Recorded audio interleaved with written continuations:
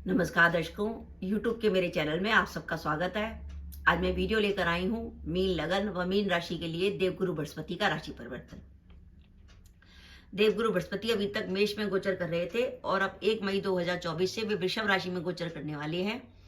गुरु का वृषभ राशि में गोचर मीन लगन व मीन राशि के लिए कैसा रहेगा, इस वीडियो में हम इसी बात का विचार करेंगे।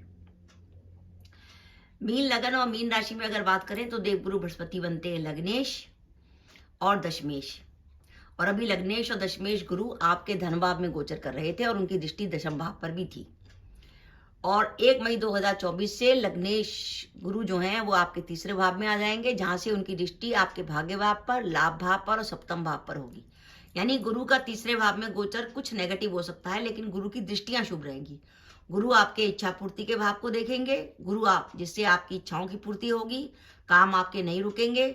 गुरु की दृष्टि भाग्य भाव पर होगी, जिसके कारण आपको भाग्य का साथ मिलेगा। और गुरु की दृष्टि सप्तम भाव पर भी होगी। सप्तम भाव से अपन व्यापार का विचार किया जाता है, दाम्पत्य जीवन का विचार किया जाता है। तो आपको, क्योंकि गुरु देख रहे हैं सप्तम भाव को, तो दाम्पत्य सुख मिलेगा। और जो अपने विवाह के इंतजार में थे उनका विवाह भी तय हो सकता है। और आपको व्यापार में कोई ज्यादा बड़ी प्रॉब्लम नहीं होगी, काम आपका चलता रहेगा। यानी गुरु की प्लेसमेंट हम मान सकते हैं कुछ नेगेटिव हो, लेकिन गुरु की दृष्टियां शुभ है। और आगे चलकर 9 अक्टूबर 2024 को जब देवगुरु बृहस्पति वक्री हो जाएंगे तो वो आपके लिए शुभ रहेंगे फरवरी 2025 तक। अब हम देखते हैं कि गुरु जो तीसरे भाव में आ रहे हैं वो आपको क्या रिजल्ट देने वाले हैं। पहली बात, हम ये मान के चल रहे हैं कि मीन लगन व मीन राशि में तीसरे भाव में वृषभ राशि में आपका कोई ग्रह नहीं है, तो गुरु आपको क्या रिजल्ट देने वाले हैं। पहला ध्यान रखिएगा अपने स्वास्थ्य का। तीसरे भाव का गुरु कई बार स्वास्थ्य से जुड़ी प्रॉब्लम देता है, इसलिए अपने स्वास्थ्य का ध्यान रखिएगा। अगर आप लंबे समय से किसी बीमारी से पीड़ित है और आपका इलाज चल रहा है तो अपनी जांच वगैरह करा दीजिए और दवाएं रेगुलर तौर पे खाते रहिए।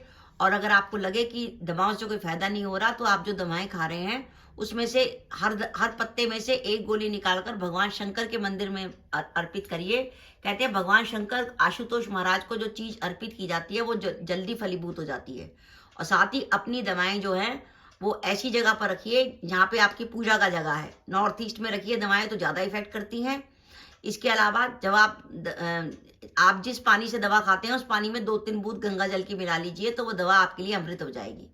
तो इस तरीके से अपने स्वास्थ्य का ध्यान रखिएगा। स्वास्थ्य से जुड़ी ज़्यादा प्रॉब्लम है तो आप पीली हल्दी और चने की दाल भी दान कर सकते हैं, वो भी आपके लिए स्वास्थ्य के लिए बढ़िया रहेगा। और साथ ही अपने हाथ से गाय को रोज रोटी जरूर खिलाइए।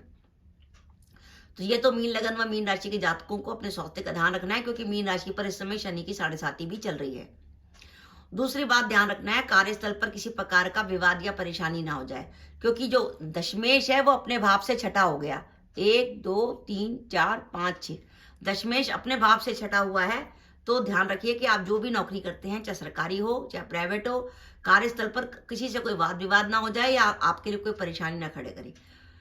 गुरु का तीसरे भाव में गोचर कई बार जॉब के लिए भी अचानक खतरा पेश कर देता है, इसलिए जॉब में थोड़ी सावधानी बना के चलिए। अगर आपको लगे कि बार बार ऑफिस में कोई वाद विवाद होता है, कोई आपको परेशान करने की कोशिश करता है या आपका बॉस नाराज रहता है, आपके रूटीन के कामों में बाधा आ रही है, तो एक छोटा सा उपाय है कि कच्ची घानी के सरसों का तेल लीजिए, उसका एक दीपक हनुमान जी के सामने जोड़िए। उस दीपक में जो उसकी लौ है उस पर 2 साबुत लौंग अर्पित कर दीजिए। वो 2 साबुत लौंग उस दीपक की लो में चलनी चाहिए और उसके बाद अपने कार्य के लिए प्रस्थान करें। यानी सबसे पहले उस काम को कर लें, उसके बाद निकलें अपने ऑफिस के लिए।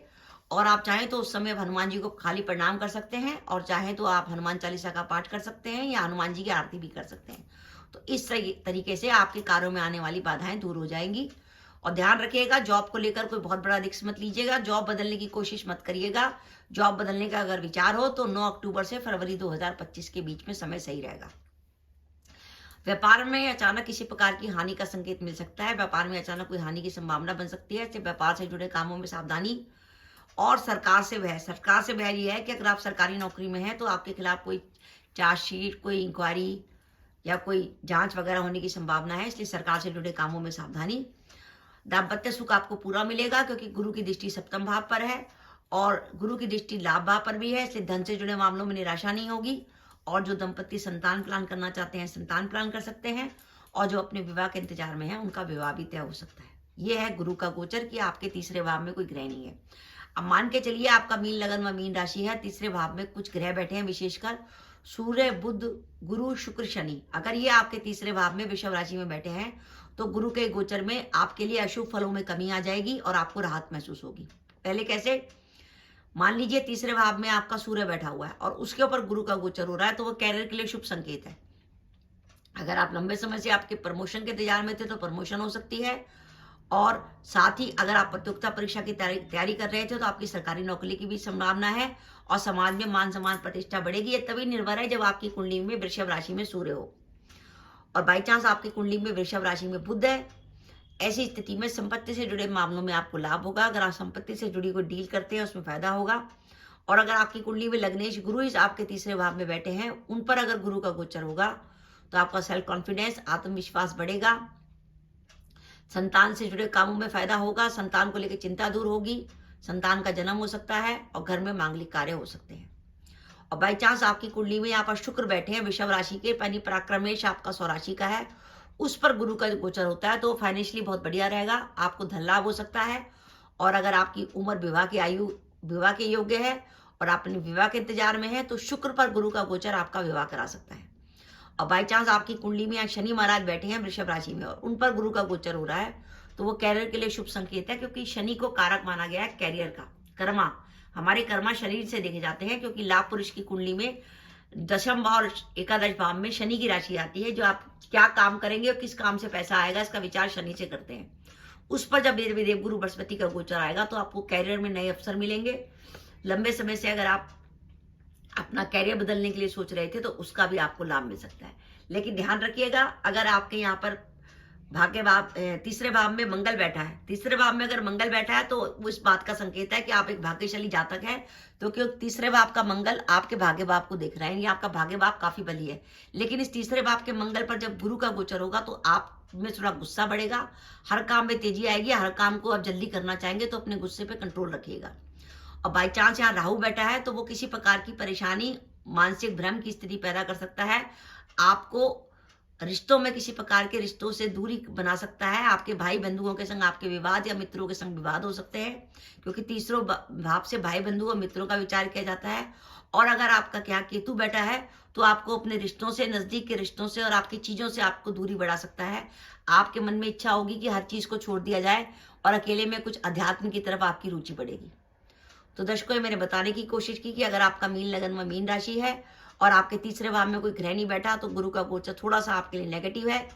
और लेकिन आगे चलकर 9 अक्टूबर 2024 को जैसे ही देवगुरु बृहस्पति वक्री होंगे वो आपको बढ़िया रिजल्ट देंगे फरवरी 2025 तक। और अगर आपके तीसरे भाव में सूर्य, बुध, गुरु, शुक्र, शनि बैठे हैं तो ये गुरु का गोचर आपके लिए बढ़िया रिजल्ट देने वाला है। आपके अशुभ फलों में कमी होगी और आप राहत महसूस करेंगे। साथ ही ध्यान रखिएगा, गुरु से जुड़ा कोई ना कोई उपाय करती रहेगा। गुरु के उपाय के तौर पर आप हर बुधवार को चने की दाल भिगो दीजिए, सुबह भीगी चने की दाल गाय को खिलाइए, रोज अपने हाथ से गाय को रोटी दीजिए। आप पीली वस्तुओं का दान कर सकते हैं, चने की दाल का और हल्दी वगैरह का दान कर सकते हैं, और गाय को रोटी देना मत भूलिएगा।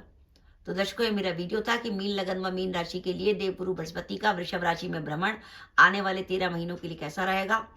आपको मेरा वीडियो कैसा लगा प्लीज कमेंट बॉक्स में कमेंट करके बताइएगा। इसके साथ ही अगर आप मेरे चैनल पर पहली बार आए हैं और आपने मेरे चैनल को अभी तक सब्सक्राइब नहीं किया तो कृपया मेरा चैनल सब्सक्राइब कर दें, साथ ही बेल आइकन को भी दबा दें, जिससे जब भी मैं अपनी वीडियो अपलोड करूं उसके नोटिफिकेशन आपको मिल जाए और आप मेरा वीडियो देख सके। इसके साथ ही नमस्कार दर्शकों, जय माता दी।